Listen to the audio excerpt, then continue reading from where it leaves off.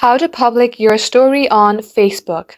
Hey guys, welcome back to our YouTube channel and let us get started. First of all, let's go ahead and launch our Facebook application.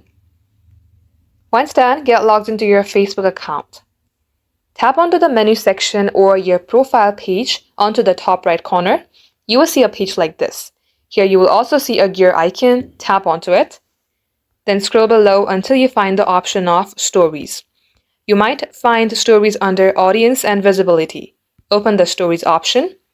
Then here is the first option that says Who can see your stories? By default, it is toggled on Friends. Open it and make it to Public. Then tap on Save. Then tap on Save again. Just like so, this is how you can do it. If you would like other people to share your public stories to their own story, you can also toggle on this button just like I did.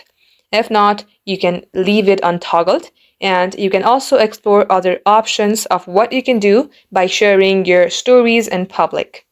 Just like so, this is how you can do the same as well. Thank you for watching. We will catch you up in our next upload.